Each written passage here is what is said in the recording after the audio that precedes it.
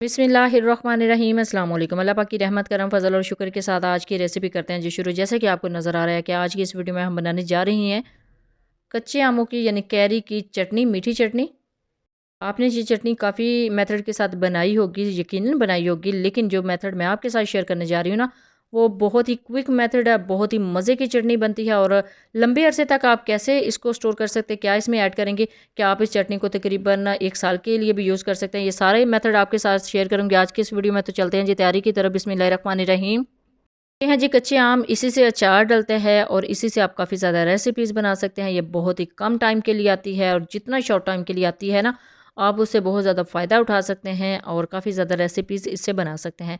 बिस्मिल्लाहिर्रहमानिर्रहीम। स्टार्ट करते हैं जी इसको छीलना, इसको पील ऑफ करते हैं। पील ऑफ करना बहुत ही आसान है, ईज़िली आप पील ऑफ कर सकते हैं। और अभी मैंने बनानी थी इसको थोड़ी कम क्वांटिटी में। ये टोटली 2 केजीज़ आम है, यानी 2 केजीज़ कैरी है। तो अभी मुझे जस्ट इसके जो चंक्स थे वो जस्ट हाफ़ केजी चाहिए थे। अल्हम्दुलिल्लाह अच्छे से पील ऑफ हो चुके हैं। अब इसको करते हैं कटिंग। कटिंग आपने किस स्टाइल में करनी है, बिस्मिल्लाहिर्रहमानिर्रहीम। कटिंग करना बहुत ही आसान है, सिंपल। आपने इस तरह इसकी स्लाइस कट कर लेने हैं और इसको बारीक, मज़ीद इसके जो पीसेस हैं वो छोटे छोटे से करने हैं। इस तरह की जो इसके अंदर गिरी है, जो गिटली है, उसको निकाल देना है। पीसेस करना बहुत ही आसान है। इस तरह फिंगर शेप में, फिंगर चिप्स की शेप में आप इसको स्लाइस में कटिंग कर सकते हैं। और ये थोड़े से बड़े मुझे लग रहे हैं तो इसको मिडल में भी कट कर लेते हैं। इस शेप में आप इसको कट कर सकते हैं। अगर आप इसको क्रश करना चाहें तो आप क्रश भी कर सकते हैं, उससे भी आपकी बहुत ही ज़बरदस्त एक जो इसकी शेप आएगी। अब इसको अल्हम्दुलिल्लाह अच्छे से कट कर लिया है। कट करना बहुत ही आसान है। कटिंग आपके सामने मैं कर रही हूँ ताकि मेरी सारी जो बहनें हैं वो अच्छे से इसको देख लें। इसकी कटिंग बहुत ही आसान है, बहुत ही जल्दी टाइम में हो जाती है। अच्छा जी, मेरे पास मेजरिंग स्केल है तो मैं फिर साथ ही इसका जो वेट है वो भी कर लेती हूँ। मुझे अभी हाफ़ केजी चाहिए थी, तो अल्हम्दुलिल्लाह ये कट चुके हैं हाफ़ केजी, यानी 500 ग्राम मैंने इसको मेजर कर लिया था। तो उसी हिसाब से सारे मसाला जात मैं आपको बताऊँगी। तो ये देखिए जी, सेम इक्वल शेप में। अब मैंने यहाँ पे एक ले लिया सर्विंग बाउल, यानी मिक्सिंग बाउल, उसके अंदर ऐड कर लिए हैं कैरी के जो चंक्स हैं। बिस्मिल्लाहिर्रहमानिर्रहीम। और अब इसके अंदर कुछ मसाला जात जाएँगे, वो भी आपके साथ बताती हूँ। तो अभी मैं ऐड कर रही हूँ 1.5 कप चीनी। बिस्मिल्लाहिर्रहमानिर्रहीम।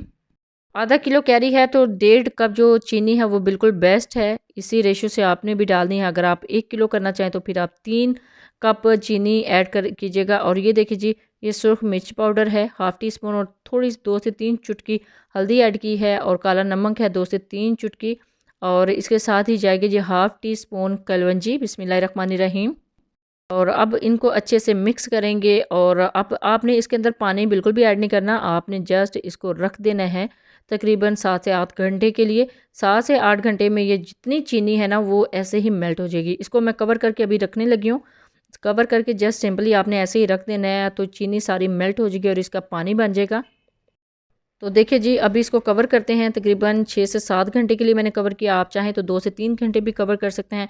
तो ये देखिए जी, अल्हम्दुलिल्लाह इसका जो सारा जो चीनी है वो बिल्कुल मेल्ट हो चुकी है। इसी में ये जो कैरी का पानी है, इसी में मेल्ट हो चुकी है ये सारी चीनी, और ये पानी में कन्वर्ट हो चुकी है। पैन में इसको ऐड करेंगे। बिस्मिल्लाहिर्रहमानिर्रहीम। पैन में ऐड करने के बाद आपने जो आँच है वो दरमियानी रखनी है, और 3 से 4 मिनट के लिए इसको कुक करना है। 3 से 4 मिनट इसको दरमियानी आंच पे कुक करेंगे तो इसके अंदर बबल्स बनना स्टार्ट हो जाएंगे, और ये जो कैरी है ये भी ट्रांसपेरेंट शेप में आना स्टार्ट हो जाएगी। तो ट्रांसपेरेंट हमने इसको करना है, जस्ट 3 से 4 मिनट अच्छे से कुक करना है। बहुत ज़्यादा फ्लेम हाई नहीं करनी, अगर आप फ्लेम हाई करेंगे तो नीचे से जलने का भी खतरा है। अभी इसको स्टार्ट किया है तो इसके अंदर स्पैचुला हिला रही हूँ ताकि नीचे से ना लगे। ये देखिए जी, अल्हम्दुलिल्लाह 3 से 4 मिनट हो चुके हैं, और 3 से 4 मिनट में इसके अंदर बबल्स आना स्टार्ट हो गया, और ये इसकी जो शेप है ये भी ट्रांसपेरेंट में कन्वर्ट होना स्टार्ट हो गई है। 3 से 4 मिनट के बाद आग हल्की कर देंगे और 15 से 20 मिनट तक इसको कुक करेंगे बिल्कुल हल्की आंच पे। तो 15 से 20 मिनट अच्छे से कुक करने के बाद इसका जो कलर है बिल्कुल चेंज हो जाएगा ट्रांसपेरेंट शेप में। जी ऑलमोस्ट डन हो चुकी है, लेकिन अब मैं आपको सीक्रेट मेथड बताऊंगी इसको लंबे अरसे तक स्टोर करने का। तो इसके अंदर ऐड करेंगे तकरीबन हाफ़ टी स्पून सफ़ेद सिरका। बिस्मिल्लाहिर्रहमानिर्रहीम। ये वैसे भी खट्टी होती है तो बहुत ज़्यादा सिरका यूज़ करने की ज़रूरत नहीं, जस्ट हाफ़ टी स्पून सिरका ऐड करेंगे। इसको अच्छे से मिक्स करेंगे, 1 से 2 मिनट के लिए मज़ीद पकाएंगे। तो ये एक तो क्रिस्टलाइज नहीं होगी इसके अंदर जो शीरा है, और दूसरे नंबर पे बहुत लंबे अरसे तक अगर आप इसको स्टोर करना चाहें तो कर सकते हैं। ये देखिए जी, रूम टेम्परेचर पे अल्हम्दुलिल्लाह ये आ चुकी है। इसको ठंडा होने के लिए रख दिया है। अब चाहें तो आप एयर टाइट जार में इसको पैक करके रख सकते हैं, फ्रिज में भी रख सकते हैं। ये बिल्कुल ऐसे ही शीरा रहेगा, बिल्कुल भी क्रिस्टलाइज़ नहीं होगा।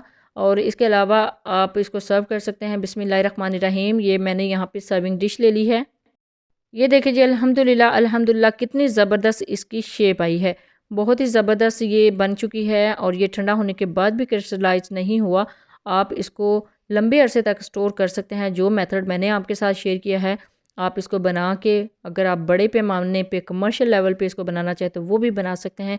जस्ट कुलिया आपको बता दिया है, बाकी इंग्रेडिएंट जो है वो आपने मेजर करके लेने हैं। तो अल्हम्दुलिल्लाह जी, बहुत ही ज़बरदस्त ये रेसिपी आम की खट्टी मीठी सी चटनी रेडी हो चुकी है। अगर आप एक दफ़ा इसको बनाएंगे तो आप कोशिश करेंगे कि बार बार आप इसको बना सकें। ये देखिए बिल्कुल ट्रांसपेरेंट हो चुके हैं ये सारी जो कैरी है, इसके पीसेस।